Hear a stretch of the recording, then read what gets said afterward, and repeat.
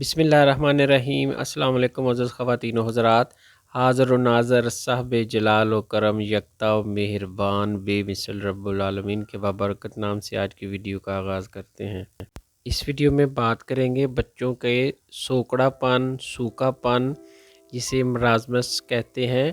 یہ ایک nutritional disease ہے۔ اس مرض میں بچے بہت کمزور ہو جاتے ہیں، بالکل سوکھ کر کانٹا بن جاتے ہیں، بچے بہت زیادہ کمزور ہو جاتے ہیں۔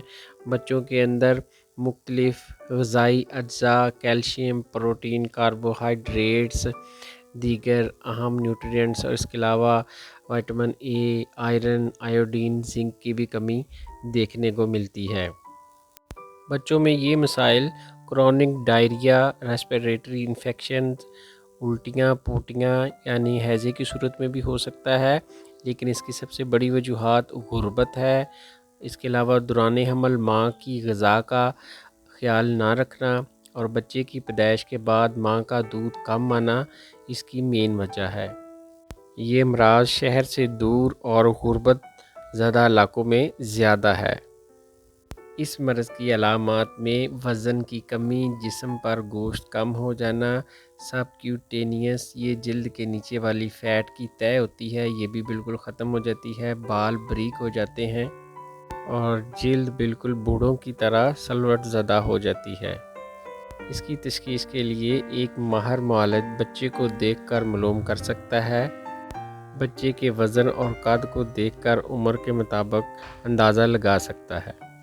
اگر ہم اس مرض کا علاج کرنا چاہیں تو سب سے پہلے بچے کی غذا کا خیال رکھنا ہوگا۔ اس میں دلیا، دودھ، چاول، انڈے کی سفیدی، کالے چنوں کا شوربہ دینا چاہیے۔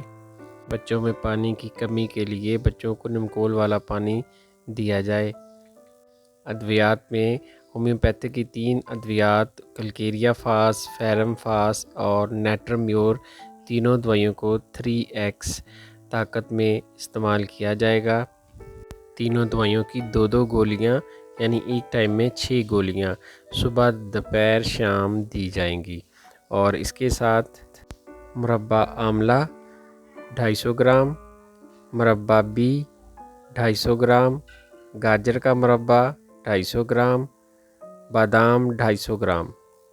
ان چاروں چیزوں کو کوٹ کر ایک معجون کی شکل بنا لیں۔ اس کی مقدار خوراک چھوٹی چائے والی چمچ آدھی سے 1 چمچ تک ہے، صبح شام بچے کی عمر کے مطابق دیں گے۔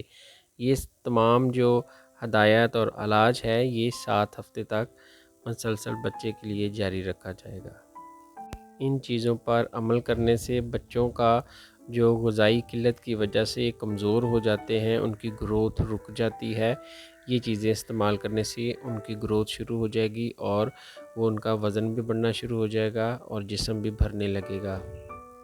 اپنا اور اپنے بچوں کا خیال رکھیں۔ انشاءاللہ ملتے ہیں نیکسٹ ویڈیو میں، دعاؤں میں یاد رکھیے گا۔ السلام علیکم ورحمۃ اللہ وبرکاتہ۔